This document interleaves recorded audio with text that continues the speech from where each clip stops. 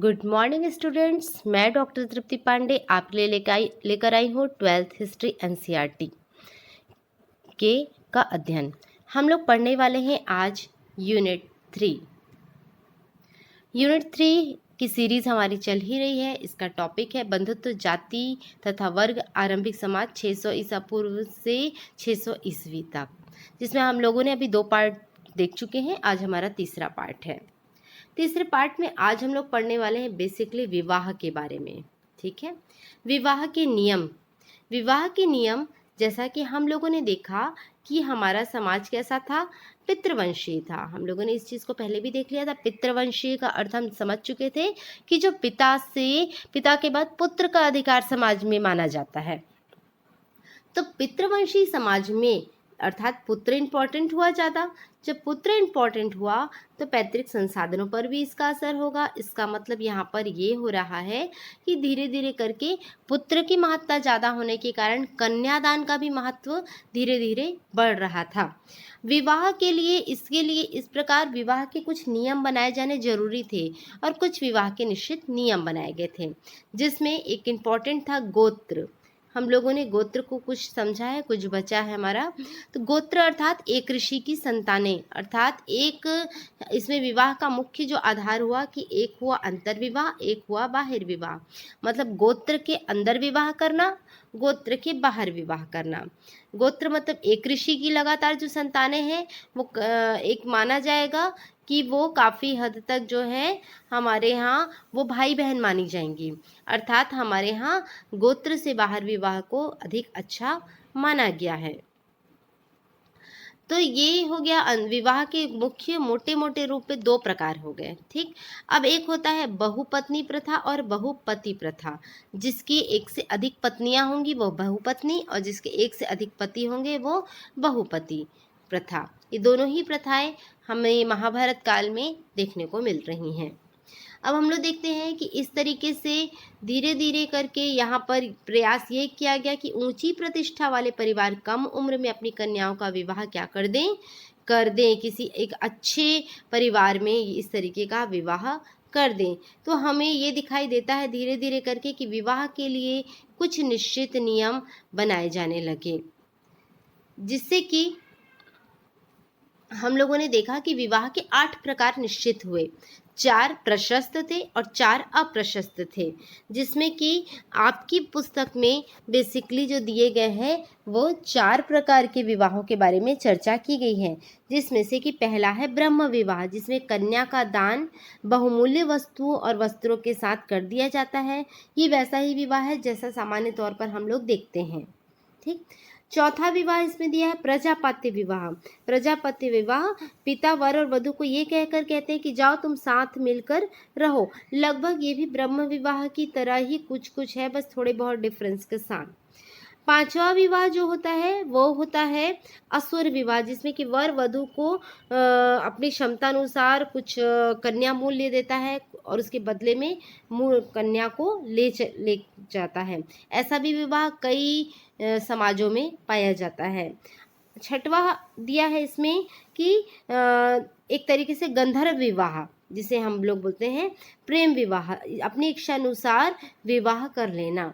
ये 4 विवाह का वर्णन आपकी बुक में दिया है। वैसे हम लोग देखते हैं ये 8 प्रकार के विवाह है, ब्रह्म, देव, आर्ष, प्रजापत्य और 4 अप्रशस्त असुर, गंधर्व, राक्षस, पैशाच।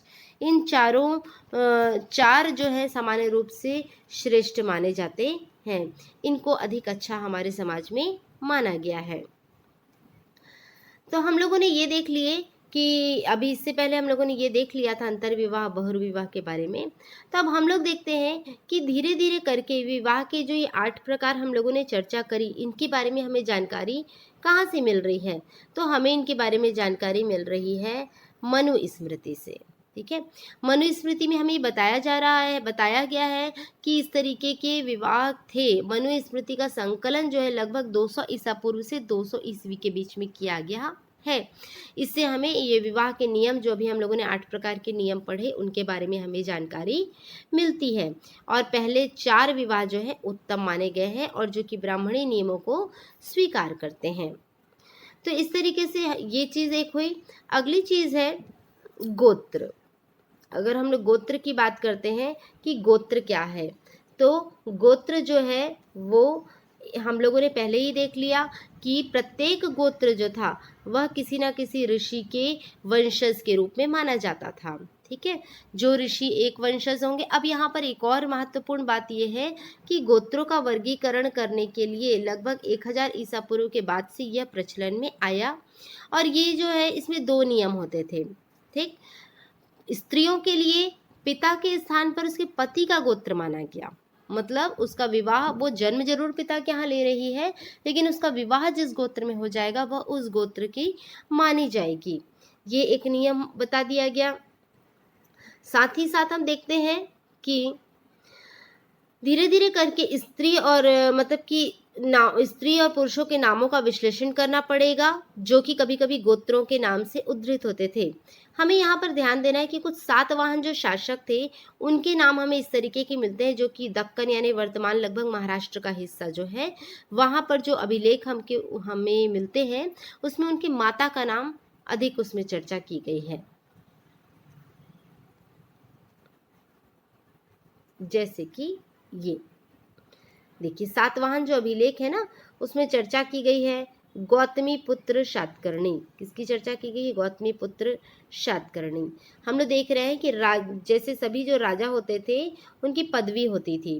ठीक है, तो यहाँ पर ये गौतमी का पुत्र है, इसलिए गौतमी पुत्र शातकर्णी इसका ना। इसी प्रकार अन्य और भी जो राजा है उनके बारे में कहा गया है। ठीक, तो हम लोग ये यहाँ पर देखते हैं इस तरीके की व्यवस्था यहाँ पर थी। साथ ही हम लोग ये भी देख रहे हैं यहाँ पर बृहदारण्यक उपनिषद में, बृहदारण्यक उपनिषद में जो आरंभिक उपनिषदों में से एक है, जिसमें कि आचार्यों और शिष्यों की उत्तरोत्तर पीढ़ियों की सूची मिलती है, जिनमें से कई लोगों को उनके मात्र नामों से निर्दिष्ट किया गया है, यानी कई ऋषियों को भी जो है वो अपने माँ के नाम से जाना गया है। तो ये भी एक हमें एक थोड़ा सा महाभारत के समालोचनात्मक अध्ययन में हमें ये चीज़ भी देखने को मिल रही है। तो इस तरीके से आज हम लोगों ने सिर्फ विवाह के बारे में पढ़ा कि विवाह के 8 नियम थे, और जिसमें से 4 जो थे वो मान्य थे, 4 अमान्य थे। आपकी बुक में बेसिकली 4 के बारे में समझाया गया है, बाकी चारों के बारे में अगर आपको और जानना होगा तो बताया जा सकता है।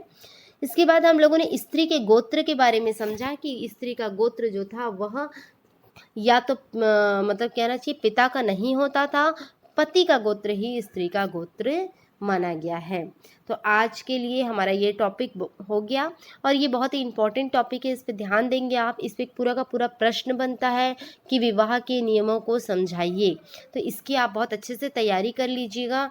जिस तरीके से मैंने आपको यहाँ पर डायग्राम बताया है, इस डायग्राम को भी अपने प्रश्न के उत्तर में ज़रूर से लिखिएगा, तो इससे आपको काफ़ी ज़्यादा फ़ायदा होने वाला है। तो आज हमारा यहाँ पर पार्ट 3 ख़त्म हो गया। अब नेक्स्ट वीडियो में हम फिर से मिलेंगे पार्ट 4 के साथ। आज के लिए बस इतना ही, जो बस खुश रहिए, मस्त रहिए। हम लोग फिर मिलते हैं, जल्दी मिलते हैं। धन्यवाद।